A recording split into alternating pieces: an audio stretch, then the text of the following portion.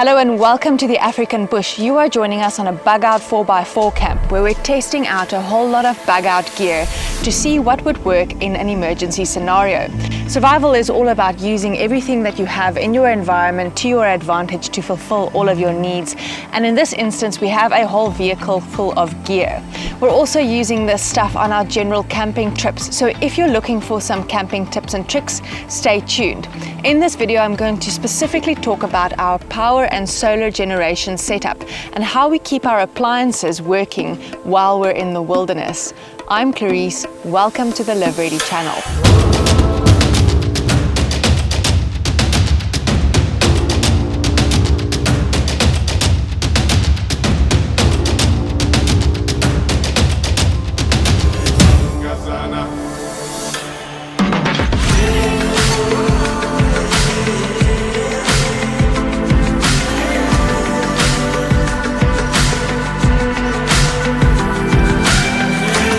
Current solar and electricity setup is comprised mainly of a 100-watt solar panel. This is a rolling power solar panel, as well as an Ecoflow River Pro. If you're thinking, well, that's a lot of stuff that you're starting to add to a vehicle. We've got water tanks in here. You start adding like food and camping equipment and all of that stuff. You take up so much space. Where does everybody sit? Where does their luggage go? Well, if you've got a decent roof rack built, you can put all of that stuff on your roof rack. So you don't need to stash all of this gear in the inside of your car. And that's especially important if you're a big family, or you've got pets, or you have a lot of toys that you want to take with you when you're on holiday, or even if you're bugging out and you need to put a lot of supplies in your vehicle. It really helps to be able to stow and store all of these things on your roof rack where they don't take up cabin space. That's especially true if you have a modular roof rack system. Ecoflow makes a wide variety of portable power packs that you can use to power all of the accessories on your vehicle. That includes the stuff on your roof rack. So if you've got a rooftop tent and you want to power the lights on the inside of your rooftop tent, then you can do that. If you have a 12-volt shower system, then your shower system can plug into your Ecoflow as well. So these things work really nicely together, and it's really important to think through the kinds of products that you put together before you purchase them to make sure that they're compatible and that you get the best use out of those products. So behind me here, I've got our solar panel set up. We've got a particularly cloudy day at the moment, so I'm not getting a whole lot of wattage out of this. But I find that it's really cool to set the solar panel up on my FrontRunner roof rack because of the grooves that FrontRunner has on the roof rack. So it's actually made so that you can mount different things on here, but it happens to be perfect to mount your solar panels on. Now, if you're building a bug out vehicle, or you're an avid overlander who uses a lot of equipment and who needs to store a lot on your vehicle, having as much real estate as possible, especially for things like solar panels that take up a lot of space on the roof rack, is really great. So I asked the guys at R&D Off-Road to build me a larger roof rack because I wanted room for solar panels, and I wanted room to put my kayak, and I wanted enough space to put a rooftop tent on. Now, this isn't a very big solar panel. It's only 100 watt, but we do get some good wattage out of it when we have some decent sunshine. If you are looking to buy a solar panel for your bug out vehicle or for your overlanding trips, I should give you fair warning that you do spend quite a bit of time in your day at camp chasing the sun with your solar panels in order to maximize the amount of energy and the efficiency of that solar panel. Yo, but I'm dirty. To give you an idea, we've already moved the solar panel 3 times today. The first time was to catch the morning sun, the second time to catch the midday sun, and now to catch the afternoon sun. The good news is, if you are using solar power, you're making use of a renewable resource. And that's exactly what God tells us to do in Genesis 1:28. He says, replenish the earth and have dominion over it. So we do need to make use of renewable resources. For that reason, it's really great to have solar panels. For example, if you need to set up a bush office for yourself, or you want to power something in your tent, especially if you've got a rooftop tent, then you can actually move the Ecoflow into the rooftop tent and power your devices from there. It doesn't have to stay in the vehicle. Things like lights, your 12-volt shower, and a 2-way radio, GPS systems, and that means that you've got a completely portable power and water system.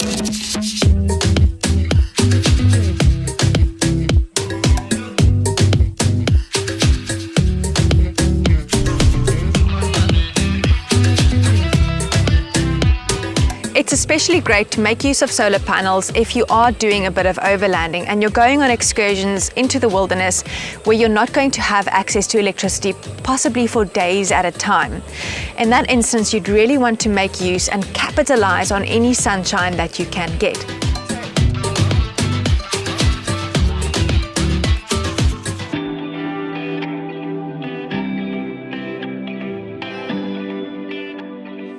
The Ecoflow River Pro has the capacity to power devices both through 12-volt DC power or through 240 or 110, depending on where you live, AC power. So through an inverter, it converts it so that whatever device you plug into this, you can actually power it. There is, however, a maximum capacity. So the River Pro has what they call X Boost, and that allows you to plug something up to 1,800 watts into this power station, and what it will do is it will step it down to 600 watts and your device will just work at a lesser efficiency. So for example, if I decided I'm going to plug a kettle in here that is 1,200 watts, I plug it in on the side, I ensure that X Boost is switched on, and it will still work. It will just work and boil my water much slower than it usually would. So how I've connected it is I've basically run the cable through the window here and basically just plugged it into the side of the Ecoflow on the side here. You can also get one of the fixed solar panels that are much larger, much heavier, but they usually do have a much higher output. Now, the Ecoflow River Pro has a max input of 200 watt. So anything above that is going to go to waste. Using a solar panel with a higher voltage than 25 volts is actually not going to work on the Ecoflow. It's simply not going to be compatible. So you're not going to manage to charge the Ecoflow because it has a volt range, an input voltage range of between 10 and 25 volts. So you might be thinking of putting a 400 watt solar panel with something like an Ecoflow River Pro and then adding an MPPT to step down the voltage, but because the Ecoflow already has an MPPT built into it, it's just going to kick it out, so it's not going to work. What you can, however, do is you can put solar panels in parallel instead of connecting them in series. That will give you a higher voltage and the voltage. What you can, however, do is you can connect solar panels in parallel because the voltage will remain the same, but you'll get a higher wattage, so it will charge a little bit faster that way. If you are going to buy something like an Ecoflow River Pro or any other system like this for your bug-out vehicle, go ahead and purchase the solar cable along with the device, because I promise you within a week you're going to want to connect a solar panel to it. Now, Ecoflow does actually make a variety of different power stations. You can get much larger ones like this, like the Delta. Even the Delta Mini is really great to have in your vehicle for overlanding trips, and each one of those will have different specifications. So do your research before you purchase so that you're sure that the things you buy and the things you put in your bug-out vehicle are going to work together. We've been using this Ecoflow to charge all of our devices on this camping trip. So we've charged drone batteries. I've currently got a headlamp that's charging here, cell phones. There are two lights that are also charging here. I think these are 1,000 lumen lights, so they're quite nice, strong lights, and really nice to have around a camp. And I can actually leave them in the Ecoflow and switch them on and not have to worry about them running flat, as long as I've got some power stored in the Ecoflow. We don't actually have a camping fridge at the moment. We are making use of the ice machine and some really cool cooler boxes. So this ice machine is just from our kitchen. It usually gets plugged into a wall socket. It uses about 160 watts. Now, how this is different from something like a camping fridge remains cool. So it's not actually going to use a whole lot of electricity from the Ecoflow. I believe you can get around 50 hours or so from a Dometic fridge using an Ecoflow River Pro, which is a long time. That's going to give you at least 2 days worth of power, even without recharging the Ecoflow. Whereas the ice machine has a compressor that's continually running, so it uses 160 odd watt almost all the time.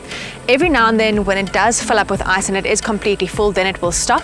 And what we then do is we just take that ice and we transfer it to a cooler box. Once our cooler box is full, we switch it off. So in that way, we have actually managed our power in such a way that it has lasted very well throughout our camp. In camping hacks and tricks for this video, if you don't have a camping fridge, such as we don't, and you are in a hot environment where you do need to keep food cold, you can actually use a really good cooler box to keep your food cold for a long period of time.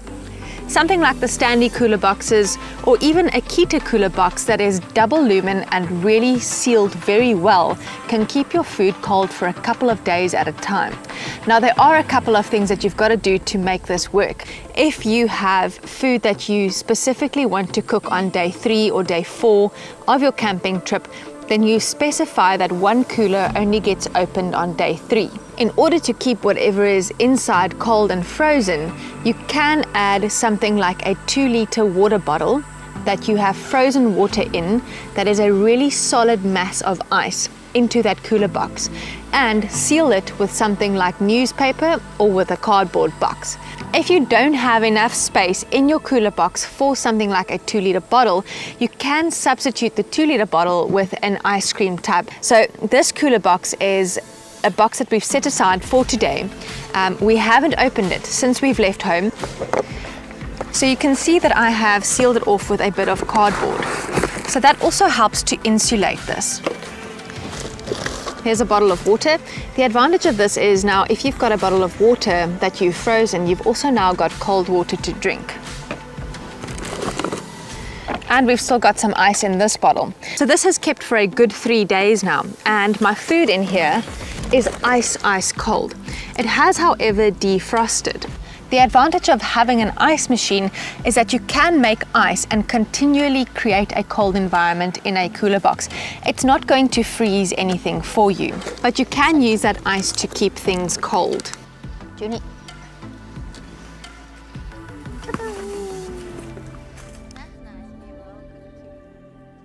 Good kitty. You got your tracker on and you got your harness on. Come here, you can't sleep. Now the solar panel on the roof is 100 watt, but note that with solar panels you don't usually get the complete wattage that it is rated at. Very often if you have something like a 100 watt solar panel, you'll get maybe 80 watts out of it, which is the case with the solar panel that we've got on the roof. So the most that I've gotten out of it at once is about 86 watts. So considering that the fridge or the ice machine is 160 watts, I would need to put 2 of these solar panels and get about 160 watts out of them in order to continually power my ice machine and to offset the output with the input. The Ecoflow River Pro is a 720 watt-hour power station. It has a lithium-ion battery and it weighs about 7.6 kgs. The AC inverter is rated for 600 watt pure sine, which is really great for powering sensitive devices such as laptops.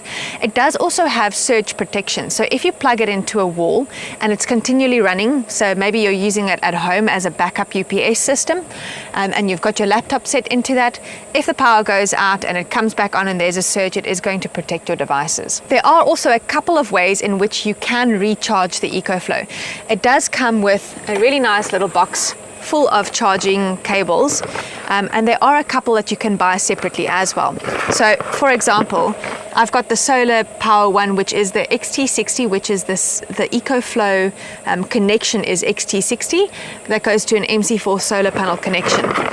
It also comes with a wall plug, so this is your AC power plug, and then on top of that, this is your 12 volt charger that you can stick into the socket of your vehicle. You can also charge your vehicle battery. It is going to be trickle charging. You'll need to charge it for about a half an hour, but if you've gotten a flat battery somewhere in the bush, then using your Ecoflow or having the Ecoflow in the vehicle to be able to charge your battery is going to help you out of a tough spot. You would need an extra adapter to be able to charge your vehicle battery using the Ecoflow River Pro.